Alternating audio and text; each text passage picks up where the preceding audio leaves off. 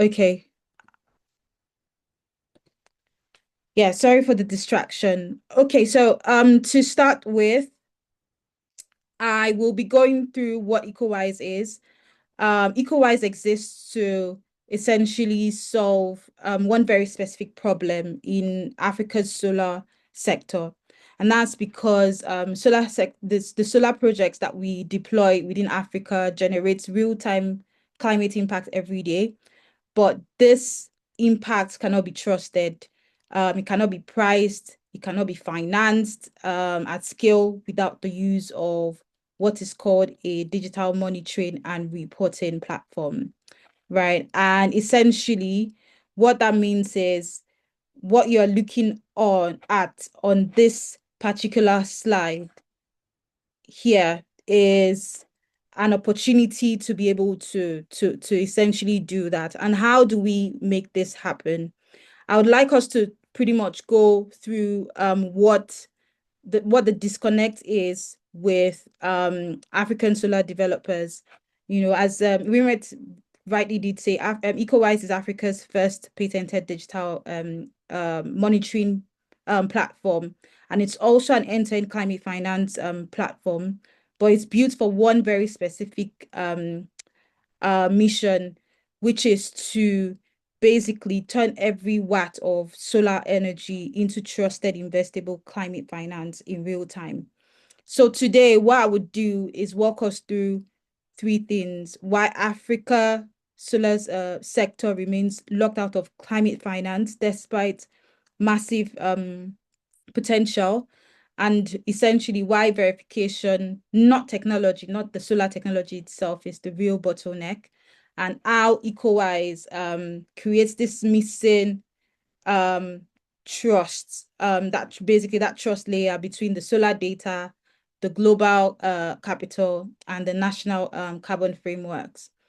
So this is just to say that it's not about just unlocking carbon credits. It's also about unlocking capital at scale for solar um access.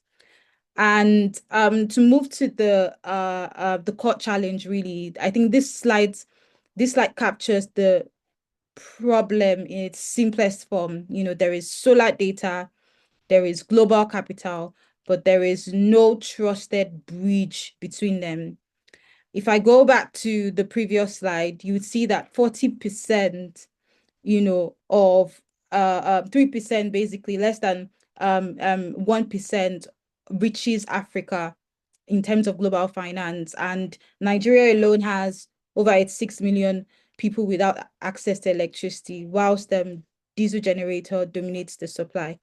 And if solar developers already generate granular operational data, every second per kilowatt hour, monitoring, system health and whatnot, and this data is not trusted by investors and, registries or buyers, then that means that there is a need for a technology to kind of like underscore what tamper-proof monitoring layer would look like. Because if the data cannot be monetized, it cannot be securitized, then it cannot be converted into climate capital. So what we are doing as ecoWise is to ensure that there is trusted verification infrastructure to be able to do that.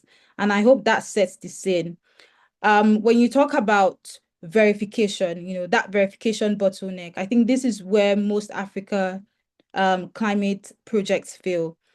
If you look at the traditional MRV, the monitoring process to convert into carbon credits, it takes about 12 to 36 months to do that.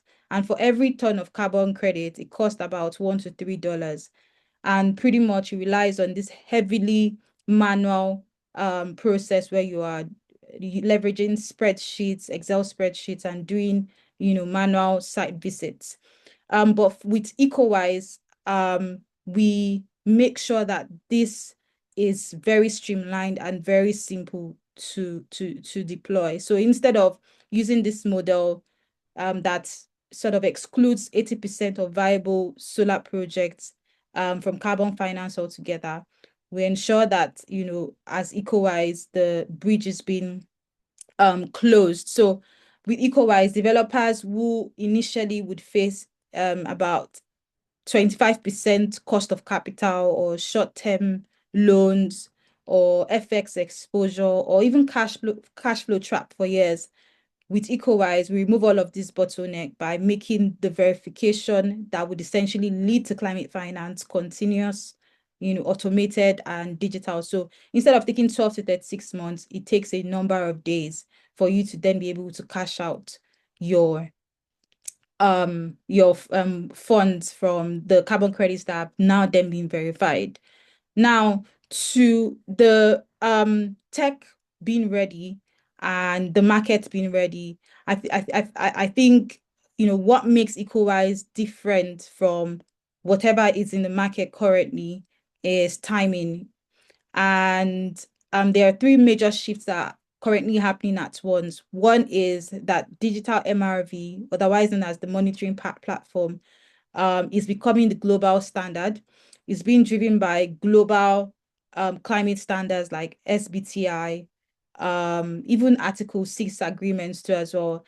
And then the second is that corporations, organizations like Amazon, Microsoft, Shell, different organizations, even in construction and aviation, they're basically looking for high quality carbon credits from emerging markets such as Nigeria. They're not looking for tree planting credits because they could be considered legacy offsets and they are very much discounted in the market. They are looking for integrity credits that can stand the test of time and are pretty much on the same level as carbon removals. And the third thing really that we should look at, that we think why the market is ready for what we are doing, is because Nigeria has recently launched its national carbon market framework, and it's signaled regulatory readiness and political commitments to improve and to grow the carbon climate finance in Nigeria. So where ecoWise sits is exactly at the intersection of these three shifts. We are already patented, we are piloting, and we are aligned with the national policy. So it's like two sides of the coin. One, we help solar developers get access to credits that already get access to funding through carbon credits that already exist in global market. And we can be able to essentially show on behalf of the solar developers that this is what we are doing. And pretty much, how does ecoWise work?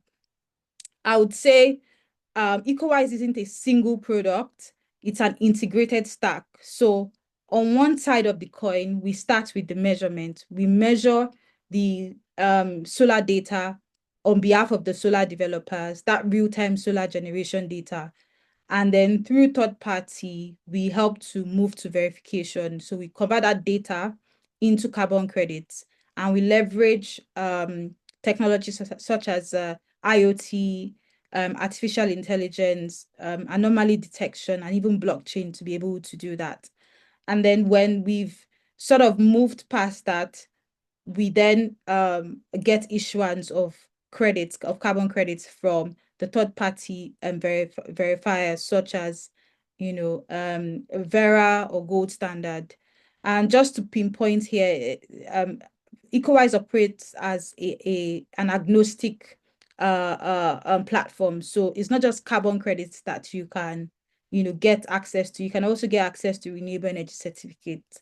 And the way the ecoWise functions is that it has the intelligence to be able to choose the most cost priced pathway for the solar developer. So take, for example, if RECs, renewable energy certificates, is the one that is currently paying high in the market, the solar data will be converted to that. So what you then see finally is the finance rerouting back to the solar developer to be able to improve their working capital, or even as an additional revenue line to attract traditional investment, because there is an additional income as opposed to just price per kilowatt hour. So what used to be a fragmented manual process in the past within the carbon space, the climate finance space is now an automated, end to end. And this is what makes small distributed solar projects bankable, especially for the first time. Now, how does ecoWise work? For the interest of time, I'll quickly run through this. So first off, as a solar developer or as an asset owner, you are looking to convert your solar data into finance. What will happen is that you will essentially reach out to us for us to be able to provide either ecoWise as a physical hardware or ecoWise as a virtual hardware. And what does that mean? So if your current setup, your solar setup doesn't have digital monitoring capabilities, you would have to get the physical hardware. You install the physical hardware. In the case of the virtual hardware, if your solar facility already has digital monitoring capabilities, you let us know. You would essentially generate, would put you through the process, and you essentially generate some details that we would then use to train an AI model. And then that way you're able to supply us. That way we're able to re-verify your data, because you essentially need an independent provider to be able to do that. And then you get onto the platform. Now, with that re-verified data, we then uh through our third-party verifiers, we convert that into carbon credits, and then we sell the carbon credits on your behalf to corporate buyers such as Amazon, Microsoft, and so on. Now, when these corporate buyers pay, they can pay in advance through forward purchase agreements. They can pay on the spot. There are different arrangements and business development for that. When we receive the money on your behalf, we will then send the finance back to you. And at this point, what solar developers or asset owners start to see is liquidity, liquidity being transferred to them because of carbon credits. So basically, what ecoWise allows is for solar developers to be able to scale fast their project without locking developers in just one revenue stream. I'll just touch a bit on why corporates need this credit. I think it's important because corporates are not just buying these credits out of goodwill. There are different standards in the market and different assurance mechanisms where the world is trying to reach net zero to fulfill the Paris Agreement. You've got standards and assurances such as SBTI, ISSB, CSRD, and basically global companies are now required to, one, address residual emissions annually. They're required to finance mitigation beyond their value chain, especially when it comes to scope 3 emissions. They are also required to use high integrity verifiable credits. So they need to show how that credit, they need to be transparent about how that credit is being generated. There needs to be integrity and accountability for such credits. So cheap, low quality credits are being phased out. And this pretty much gives ecoWise the opportunity to provide what regulators, what auditors, what the sector now demands. So real-time GPS tagged, tamper-proof evidence of emissions reductions, especially in emerging markets. And what ecoWise then does is to make Nigerian carbon credits put Nigerian carbon credits in the spotlight, right? And also give Nigerian solar developers the opportunity to make revenue beyond just price per kilowatt. And how does solar developers or asset owner make money? I think for developers, this is about economics, right? When you install ecoWise in your facility, you have a new recurring revenue line, and it becomes even simpler because instead of waiting years to harness that new recurring revenue line, you are waiting a matter of days. because obviously your data is being verified into credits almost instantly. So you see a single 50 kilowatt mini grid, for instance, which generates, I think, roughly around 230 a ton equivalent per year. And that, emissions reduction is being converted into about $6,000 in a year. So if you multiply that across 100 sites, that's already $600,000 unlocked in per year in new liquidity. And I think that new liquidity improves cash flow, it lowers perceived risk and attracts even cheaper capital, right? And it's an opportunity for solar to even become more, solar access or solar deployment to even become more competitive. Just to touch a bit about the finance engine, the ecoWise finance engine. I think there are two pathways, and I think this is where ecoWise becomes more than just a technology that allows for real-time conversion of data into credits. It becomes a financing engine. Right now, solar developers majorly rely on grants, loans, equity. Is there a way to attract even more finance? And this is one of the things that we've started to look at. So initially, credits purchased by, these corporates would be paid. There's an option to be paid directly into the developers' pockets. But with FIRS, if it's an income which subject or treated to 30% tax or so. That's one option. The second option is to allow for an SPV to unitize part of the revenue that is supposed to be paid to unlock 3 to 5x more institutional capital from the likes of like GEF, BlackRock as capital private investors. And I think this essentially creates circularity in the sense that if you approach or if you approach an ecoWise seeing that you have unitized shares in the SPV and you say you need 100,000, for instance, for a solar project, and what you have in as equity within the SPV, say 50,000, you can essentially get 50,000 no interest loan in that sense. And what that means is that instead of you paying back the 50,000 in funds equivalent, you pay it back in carbon credit equivalent. So as long as the project continues to churn data and whatnot. So that creates some sort of permanent infrastructure surrounding carbon finance that supports this self-reinforcing loop where credit finances solar generates data, and that data generates credit, and that credit continues to generate finance, and so on. And essentially, this is how we are looking at it. So in terms of traction, ecoWise has moved beyond concept. We are currently piloting. There right now we have about 130 developer 130 megawatts peak projects pipeline. We have early buyer conversations on the way, and our next phase is about scale, onboarding and verifying and essentially closing our first $1 million dollars equivalent of forward purchase agreement to be able to accommodate 130 megawatt peak projects pipeline that we have. So as a solar developer, if you're interested in being a part of this, the door is very much open.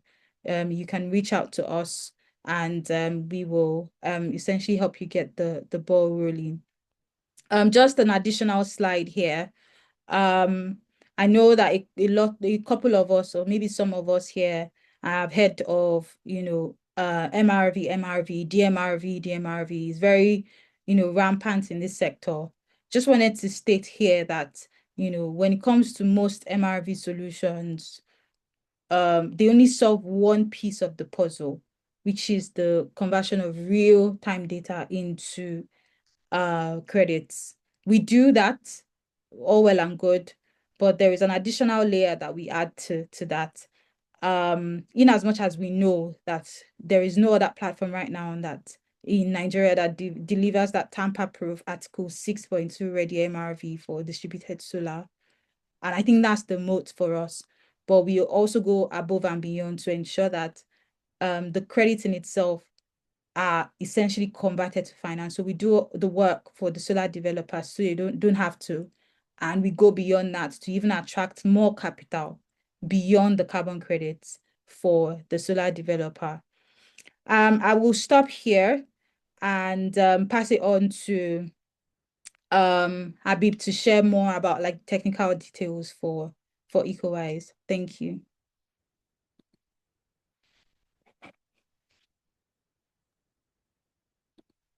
Okay, so thank you very much, Delora, for the explanation so far. Good afternoon, everyone. My name is Habib, the Chief Technology Officer at Vector Energy, and I'll be shedding more light on the application of ecoWise, how it's been deployed, and from the site down to the platform. So basically, like Deborah has explained, ecoWise is basically an hardware device. Or let me just okay. Okay, so am I audible enough? Yes, you are. Okay, so ecoWise has two how would I put it? We have two solutions, two options, which is the hardware version and the software bit. We have our version 1 hardware model, which I'll be showing up in a bit on the screen. I don't know if this is clear.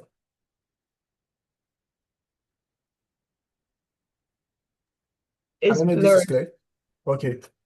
Okay, maybe perhaps I'll try to share the screen. So the hardware version and the virtual bit for ecoWise. So for the hardware, we basically connect it to a solar mini grid where we read in real time the kilowatt hour generated from the solar mini grid. And the data is transmitted down to our dashboard because we have to do some sort of verification on the software side.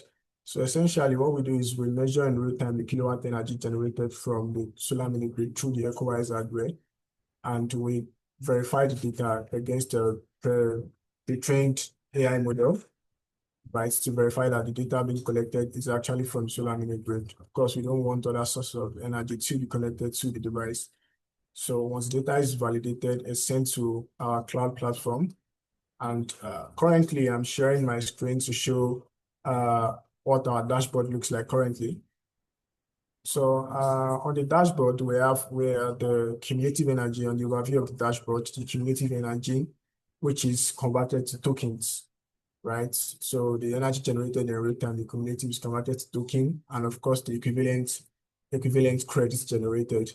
So to the far right on my screen, we can see the time of data transmission, because transmission from the site to this dashboard is in real time, right? So you can always see the last time your data was transmitted from the site down to the dashboard. And you, of course, see the total number of devices connected to the grid sites and the energy generated so far. The list of devices, we have the list of devices attached to the grid. It could be multiple grids, right? We could have multiple projects, multiple ecoWise hardware installed, or it could also be a virtual grid, which I'll explain shortly. So also on the device management section, has a bit about the overview.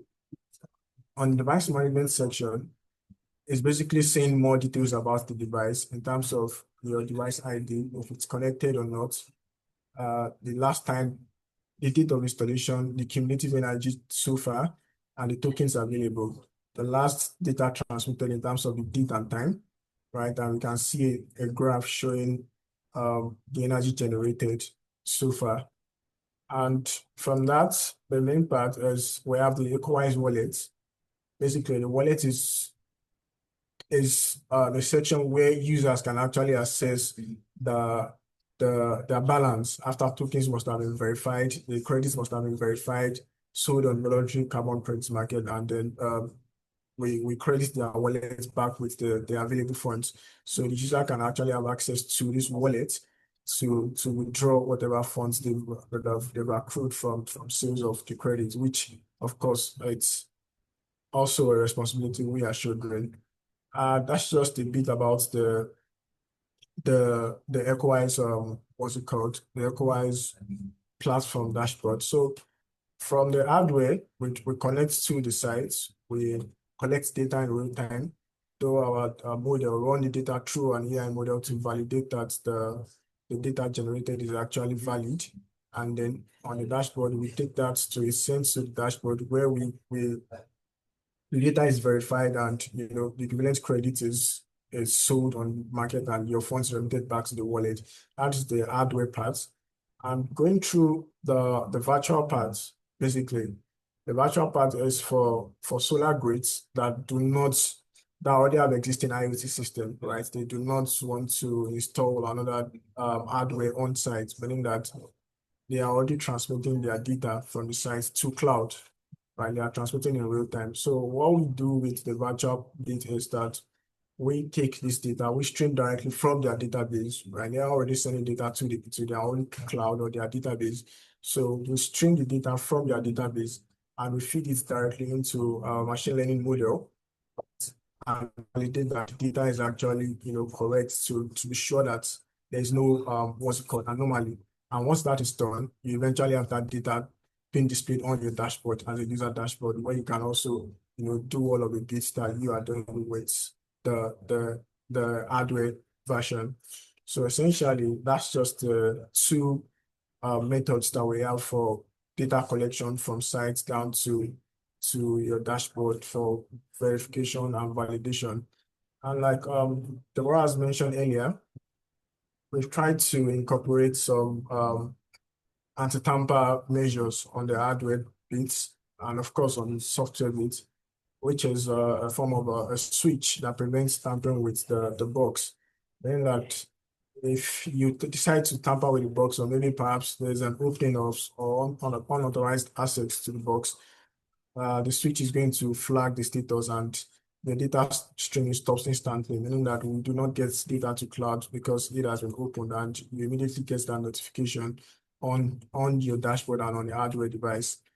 Similarly, when it goes to for the software users, I mean the virtual bits, the virtual users, people who are using the virtual hardware bits, what we do is we use the AI model to flag falsified data, right? So because the AI model has the capacity to predict the energy generated in real time and compare it with the existing model that has been trained, and it could easily pinpoint falsified data or data with anomalies and easily flag that and it stops streaming instantly also because we are trying to ensure accountability and transparency for all of the data that are being generated. And at the end of the day, the data generated has to tally with the size of the grid and the operation of the grid in essence. So in essence, ecoWise down from the grid down to the dashboard to the market is just trying to help eliminate the barrier. It's just trying to break the barrier between the local solar developers and this particular market, how to actually help solar developers, how to help solar mini grid owners, realize their value for impact, climate impact, essentially. So in having having said this, I would hand over back to I'll hand over back to Deborah to continue the session. Okay, thank you very much. Can you hear me? Can you hear me? Yes, please, we can. Go Yes. ahead. Thank you very much. I will hand over to Abubakar Busari for his presentation on additionality. Okay, thank you very much, Deborah, and good afternoon, everyone. My name is Abubakar Busari, and today I'll be walking you through additionality, basically additionality in solar carbon project. So what it means, why it matters, and the key risks that often lead to project rejection. So the objective of the presentation here is to explain the additionality in carbon standard, clarify evidence and documentation needed, also talk about the solar eligibility criteria and the key risk that normally leads to a project rejection. Next slide, please. Okay. So what is additionality? So a project is not additional if it will not occur without carbon finance. So at the core of every credible carbon project is additionality. So a solar project is only considered additional if it will not happen without carbon finance. That means that carbon revenue must be a true enabler, not just an extra benefit. Next slide. So we have three different kind of additionality. So solar project must continue to demonstrate that the emission reduction are not business as usual. So there are three major ways solar project shows additionality. So first of all, we have the financial additionality. We have the technological additionality, and also we have the regulatory additionality. So basically, the financial additionality here means that the project cannot be financially viable without carbon revenue.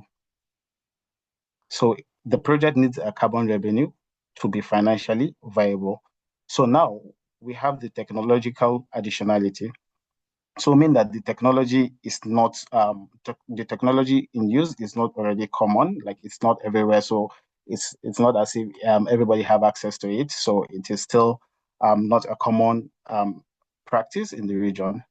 So we now have the regulatory additionality, meaning that it is not mandated by law. So, for example, if the Nigerian law says that everybody in Nigeria must own and operate a solar system in their house, so by that way, it shows that it is not additional because it will actually happen even without carbon revenue because it is mandated by law. So everybody is going to do it. So the issue in the solar carbon project is that the biggest challenge is that the technology is now widely adopted. So for every carbon project must show strong proof that the project isn't business as usual. So now we are going to look at the evidences that are needed for demonstrating additionality. So the thing with the carbon market right now is that the standards, they are becoming more stricter. So they don't just accept high-level claims anymore. So there must be hard evidence that truly shows that all projects are truly additional. So the first one is the financial additionality, and that is the major one. The registries are always very keen on the financial additionality. So basically, it shows that the project is not viable, financially viable without carbon revenue. So in order to demonstrate financial additionality, so there must be documentation for the funding gaps. So there must be financial model that shows the funding gaps, such as a high cost of capital. And also, there must be proof that the similar project typically requires grant or carbon finance. So now we move to the regulatory additionality. So it must show that the project is not already required by law. So meaning that the legal analysis needs to show that there is no any regulatory mandate. And also we now have the technology additionality, meaning that there is no like the project still faces barrier that prevents implementation, meaning that the technology is not widely spread in Nigeria. So yeah, that is it for the evidence that is needed for demonstrating additionality. So we should move to the next slide. Yeah, so here we'll be talking about the solar project eligibility criteria. So for a project to be eligible for a solar carbon project, to be eligible under gold standard and other method registries, it must fall under the approved categories, such as the grid connected solar PV, or the distributed off-grid solar system, such as the C&I, mini-grids, and households. And for also, it must fall under the productive use, e.g. for agriculture, health, ministry, and etc. So also, for a solar to be eligible, it must also comply with the gold standard for the global goals, and also other applicable methodologies like AMS.IF and AMS.IL where relevant. Next slide.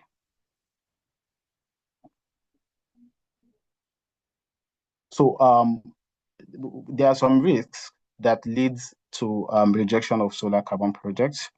And majorly, these are the big 3 red flags that normally leads to rejection of solar carbon projects. So number 1 is the weak additionality. So because solar has become profitable, so methodologies requires strong proof that shows financial additionality. The project will not be viable without carbon finance. And also, it also needs to shows that the project is not already benefiting from any of the government subsidies that makes the project viable without carbon credit. So now we have the second one, which is the incorrect or weak baseline scenario. So many projects actually fail because baseline assumptions are not credible. So failure to demonstrate what the without project scenario is going to look like. So in some cases, we have some developers overestimating the emission, or ignoring some local energy mix. They are not factoring the local energy mix into their baseline reporting. Also is a very big risk that could lead to rejection. The third one is the double counting risk. So there needs to be a thorough investigation to make sure that there is no double counting, meaning that the project is not already it's not overlapping with another national climate commitment.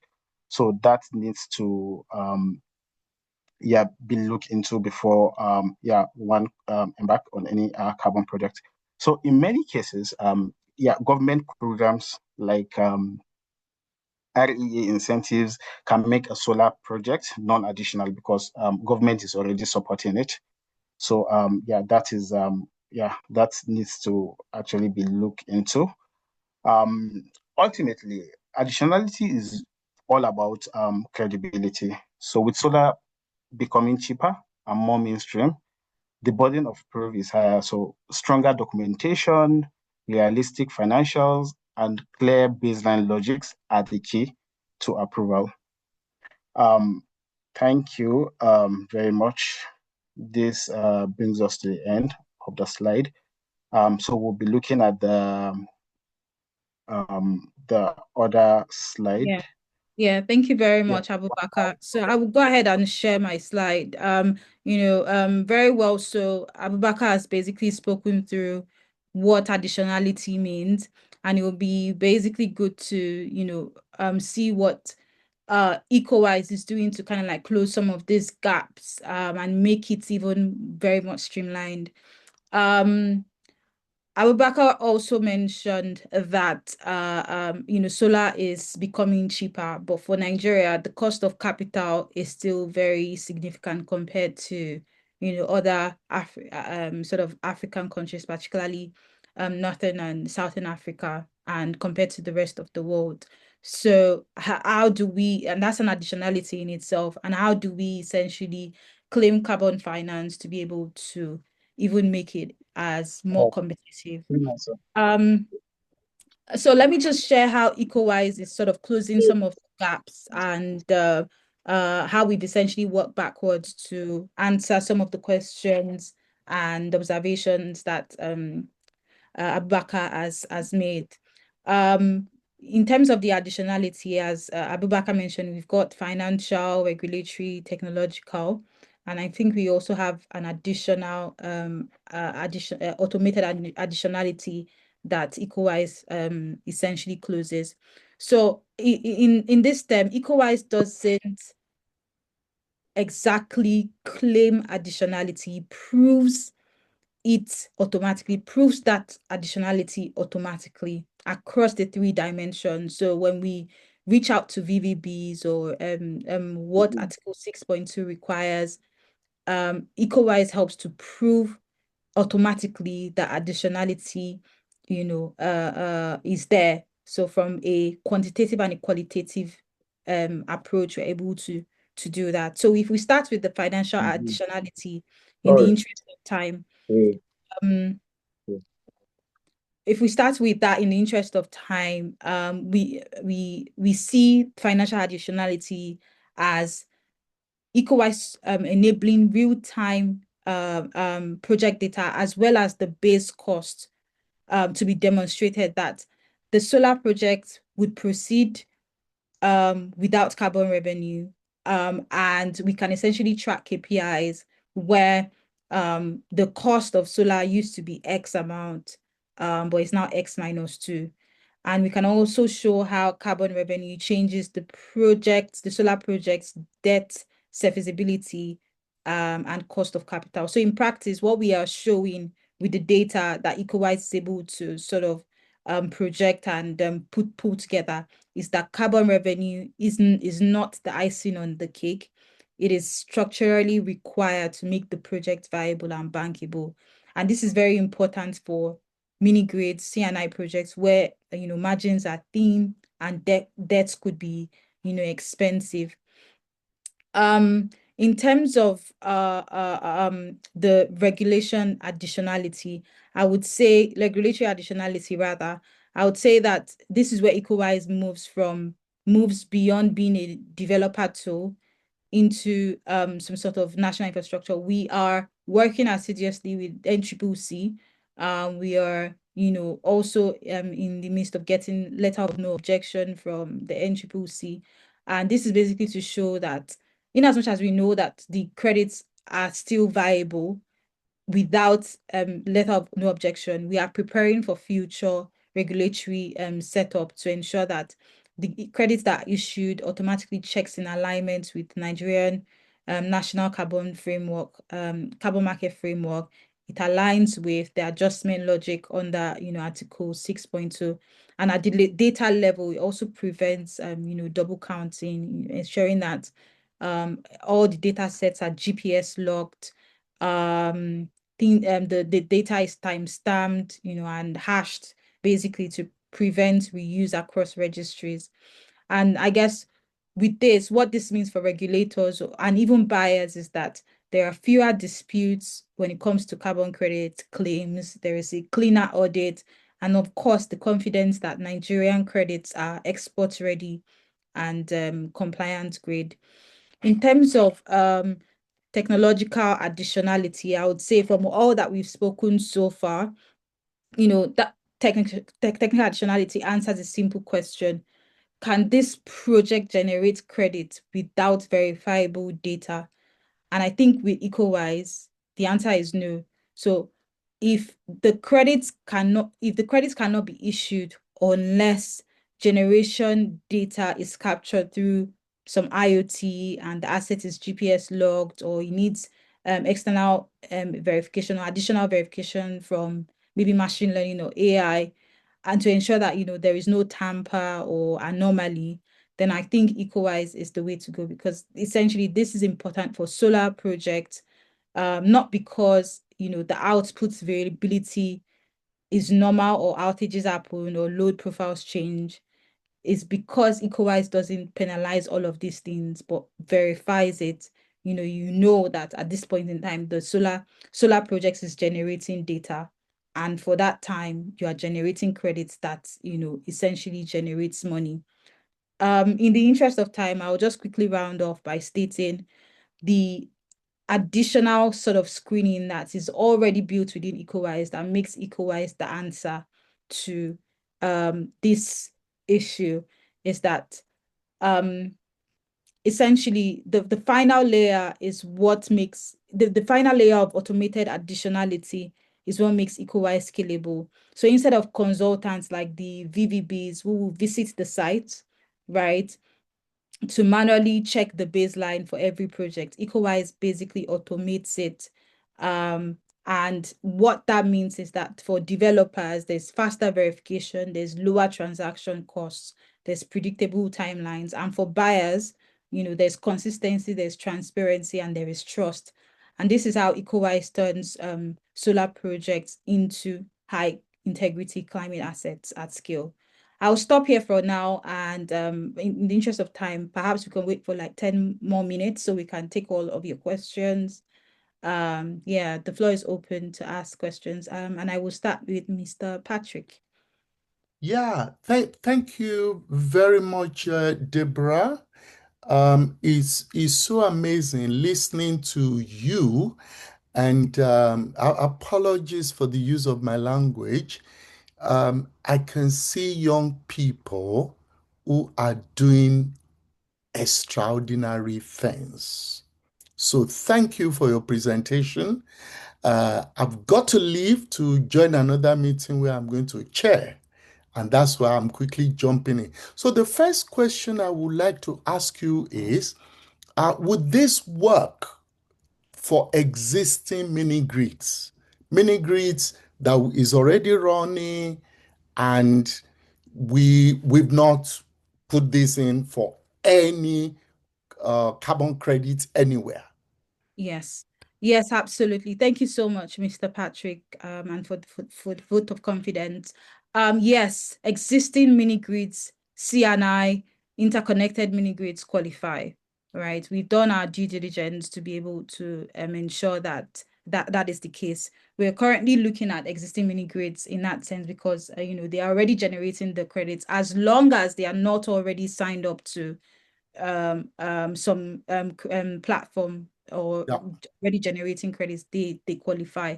Okay. The second phase of this project will be to consider new mini grids, Yeah. and we are also looking to fund such mini grids from the SPV model that I explained. New mini grids from that as well. Yeah. Okay, quick follow-up to that before I run is now, if you ever find any mini grid in Nigeria, is it that done under NEP? That's the Nigeria Electrification Project, which is subsidized by World Bank and REA. So the quick question is, we got grants, Yes. subsidy for this. But even regardless of the subsidy, even now that we are operating, we are hardly breaking even. Absolutely. So I hope from the presentation that one of your colleagues made, Yes. that will not stand in our way, because you can hardly find any operating mini grid in Nigeria without subsidy. Yes. So Abubakar was talking from the issues regarding manual verification and to prove why ecoWise exists, right? ecoWise closes all of this gap because the additionality in that sense would be this project will not continue to succeed because we are seeing a lot of solar mini grids shutting down, especially in our communities. So this project will not be able to proceed or continue without additional finance. And Correct. that essentially is the additionality that we are posing to the likes of Gold Standard and Vera. Fantastic, because the truth of the matter is that I'm the chair of the minigrid working group of the Renewable Energy Association of Nigeria, and I can see that many of my colleagues are struggling. Absolutely. I have 4 minigrids in Osun State. The closest one to mine had closed down long time ago because there is no finance. They can't, what they are getting from the mini grids cannot keep them in operation. For me to keep running our own 4 mini grids, what it has meant is I have not spent a penny from any money realized from that mini grid since we started.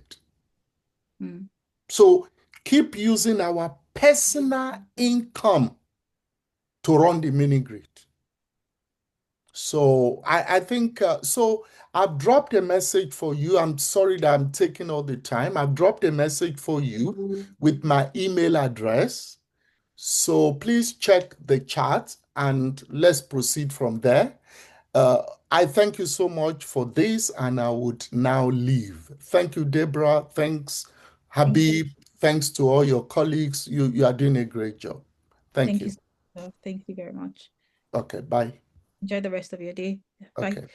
Yeah. Shall we move on to Mr. Onabo and then Mr. Najib? I will look to see if there are any other questions in the chat. Yeah, thanks. Yeah, I think Mr. Onabo, it's your turn to speak. Thank you.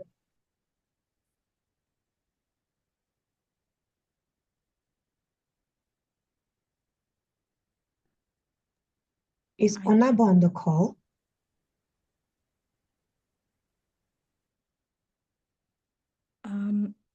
We can't hear you, Mr. Onabo. If you are mute. Okay, can you hear me now? Yes, please. Okay. Thank you very much for a very good presentation. Thank you, Deborah, and your team. It was a very good presentation, and I'm very happy that this kind of thing is happening.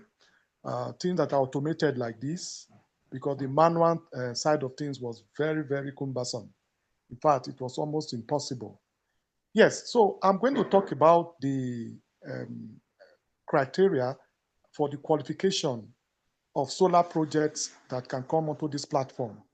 Some of us are not doing mini grid at the moment, but we plan to do in the future. But we are doing C&I for SMEs. 10 kilowatt there, 20 kilowatt there, the other kilowatt there, and all over the place. I just want to find out if this kind of solar projects will be able to qualify for this for this program. Thank you. Yes, so C&I projects actually do qualify, right? We've been in discussions to kind of like shape what the costs could be for 10 kilowatt, 20 kilowatt and whatnot. I think the hardware pathway that we described could be a bit prohibitive for 10 kilowatts, 20 kilowatt. But if your 10 kilowatt or 20 kilowatt has a digital monitoring, remote monitoring capability, then we can essentially onboard such.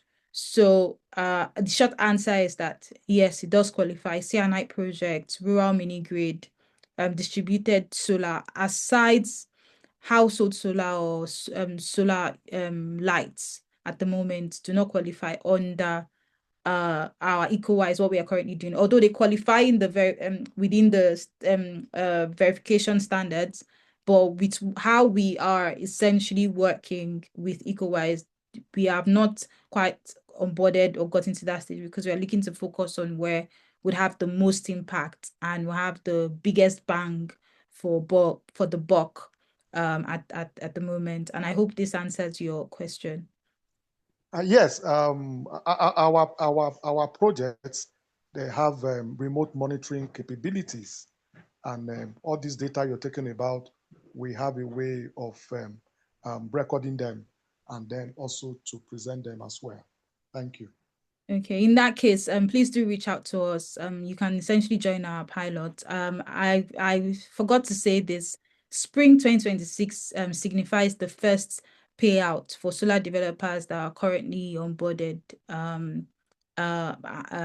within the pilot. So if you've registered by now and your project is already generating data, already has ecoWise installed by May, June 2026, you'll be part of people that will receive their first payout from carbon credits. Okay, just one more. So for this type of project that we have for SME, do we still need to install the the ecoWise hardware, or how does it work? Yeah, so you can install the ecoWise hardware if your project doesn't have digital remote monitoring capabilities. But if it does, then you don't need to install the hardware. Okay, thank you very much. Yeah. Mr. Najib? Okay, good afternoon, everyone. Hello, Deborah, and thank you very much for this presentation. I think this is my second time of attending your event. I attended the one you had in Abuja, which was very good. It exposed us to what you guys are doing. And this, if I want to say a follow-up to that event, and it's really exciting to understand some more on what you are doing. Now, my question is, and I think I mentioned it to you at some point when we met, we are just developing the mini grid. Actually, is for C&I. The first phase is 1.5 megawatts, which we've started construction, even though we put in some stopgap measures there to have the facility functional. It's a specialized market for pharmaceutical products. What that means is all those dealing in pharmaceutical products were brought under one umbrella as a matter of policy by Federal Ministry of Health and implemented by Pharmaceutical Council of Nigeria to curtail substandard drugs and drugs abuse in our markets. So of course, we have the exclusivity for the power solution there, the PPAs and whatever. So we deploy stopgap measure there, where we have a 20 kilowatt hour of solar PV and storage that powers their cold room, where vaccine and drugs are stored. We have a 500 kVA genset. We have the grid connection. Of course, we have now started deploying the full solar solution, and we've started metering some of the shops. And when you talk of digital monitoring, that's really interesting, because what we intend to have there is a smart grid solution, IoT, where, of course, all the solution can be monitored remotely. Every shop there will be able to know what it is consuming, if there is any bypass or tampering with the power being sort of. So I want to see how we get onboarded onto this your platform and do this together. At some point, I told you there is an interest by PREC, they made but and of course we don't want to do double dealing.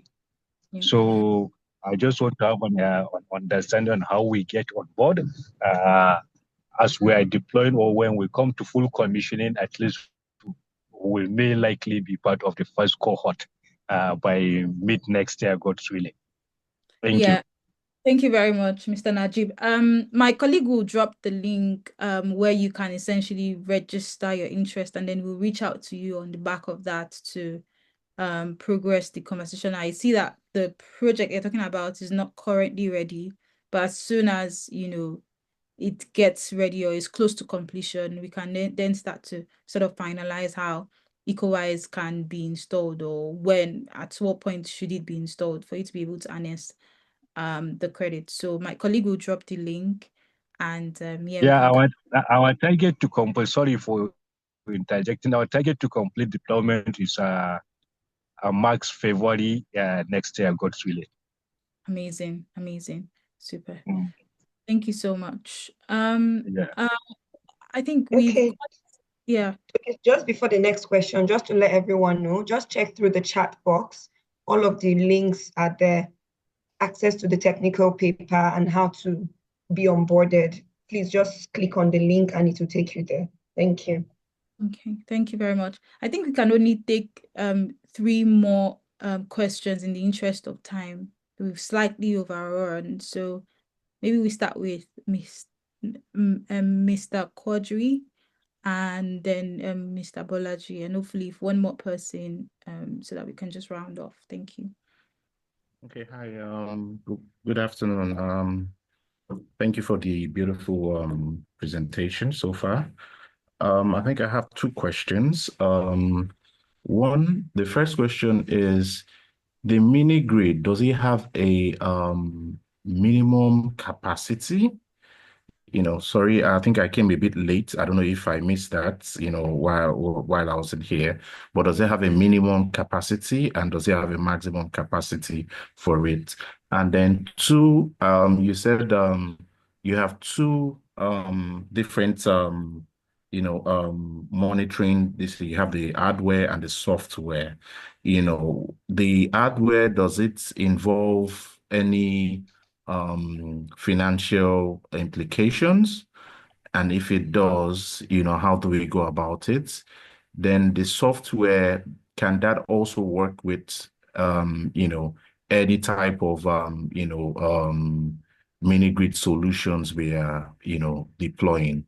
I think those are my questions. Thank you. Yes, thank you very much. I mean, Abib can speak more to like the technical bit of how the hardware and software works, but first instant sort of take is that the hardware and software, the cost for acquiring is $250 equivalent. I'm conscious that we need the Nigerian equivalent of that. But this is just to say that before the 5th month, you would have made that money back, right? You would have made that initial cost back from the carbon credits that are then being sold. The minimum capacity requirements for a mini grid, I would say a mini grid essentially starts from, say, if you have a 30 kilowatt, it could qualify as a mini grid. I would say if a 50 kilowatt generates equivalent of $6,000 in a year from carbon credits, if you scale that down to a 10 megawatt 10 kilowatt equivalent, that shows you the opportunity that you essentially get. And I think it's for the solar developer to kind of like decipher if that is a good revenue point for them if they were to onboard a 10 kilowatt system. Or they could have 10 kilowatt system in 50 places and essentially make that amount. But from our own calculations, we think that 50 kilowatt mini grid or anything a bit less, maybe like a 30 kilowatt mini grid, will still enjoy some economic sense for a solar developer. But then economies of scale, when you then consider that across the number of projects that a solar developer has, the opportunity becomes larger. So I think it's the solar developers it's this decision to make, not us, because either way, at any point in time you are generating credits, and that credit is equivalent to a particular number or a particular sort of funds equivalent that we would then essentially send to you. So I hope that answers the question. Yes, thank you. That answers it. Thank you. Yeah. Mr. Bolaji. Okay, thank you, Deborah. Thank you very much. I'm Dr. Bolaji from Sonetric Energy. I observed that, in the course of time, the focus has been on mini grids and CNI projects. My question will be that are other technologies like solar home systems and mesh grid covered in what you do? Because we do not operate in the mini grid and the C&I sector. Thank you. Yeah. Yes, thank you very much. So right now, we are just focusing on C&I, rural mini grids, interconnected. Any project that has a carved out inverter system that then feeds into, or solar, array that then feeds into, the inverter and basically the entire facility in itself. And this is because for those kind of projects are easy to approve in that sense, because it's either you're deploying it for a particular productive use, or you're deploying it in a rural setting that obviously has other additionalities, including the social additionality, like how many women is it catering to, all of those bits. But that doesn't mean that we can essentially qualify solar home systems. It's just that right now, how the technology, ecoWise technology is being drafted or is being worked on, there is no sort of space or sort of opportunity for us to explore solar home systems. But as we progress, perhaps this could be something that we essentially work on. But for now, this is the problem that we are looking to solve pointedly, instead of being like everywhere.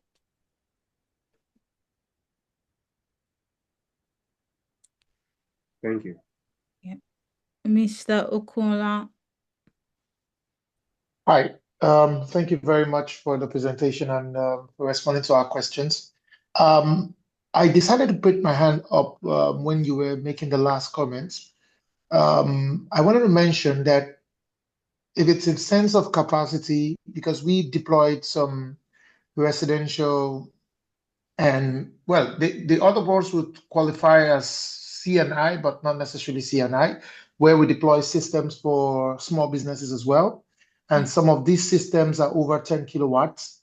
And part of our setup have remote monitoring.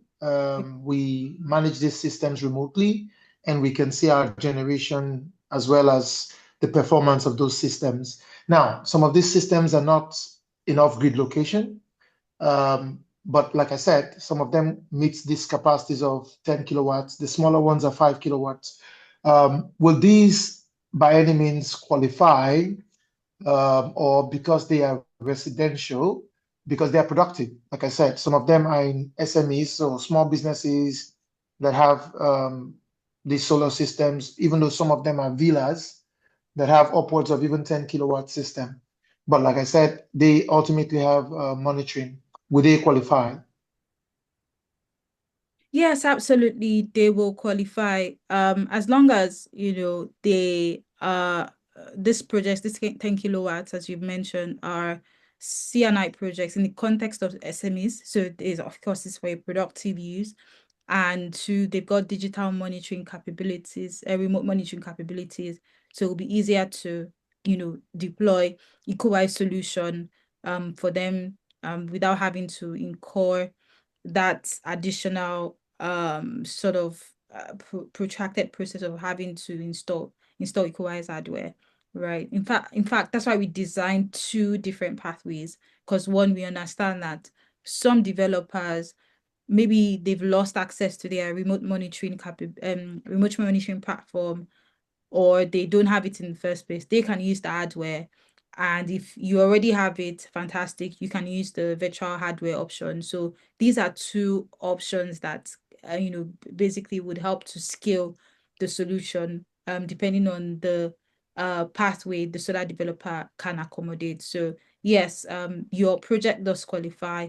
If you're able to reach out to us through the link that we've posted in the chat, that would be great. We can, look to onboard your project towards the first payout in 2026. Thank you. Okay, thank you so much, everyone. I think, Deborah, there's a question from David Weep in the chat. So if you could just respond to him. So thank you, everybody, for being part of this great session. I hope that you found it insightful. So we will try to send out the materials, the slides that were presented today, so that in case you want to read more about it, the link to our technical paper is in the chat. And if you also want us to onboard your project, the link to register is also in the chat. Please just take advantage of all of the links and send in further information and more questions to us. Okay, the link to share, if you just check our website, you can send us an, Deborah, please, if you could drop the email. So you could just send us an email and then we would respond to you before we close for the year, of course. So thank you, everybody. Thank you, Habib. Thank you, Mr. Abubakar. Thank you, Deborah, for sharing knowledge on ecoWise innovation. Looking forward to future partnerships and collaboration. Okay, Deborah is dropping the email. We'll just wait before we get off. Okay, yeah. So the email is in the chat. So kindly take note of it. If you have any questions, you could just send it to us. support@vector.io. That's the email. So we're looking forward to your emails and your messages. Thank you, everyone, and enjoy the rest of your weekend. See you next time. Bye from us. Okay.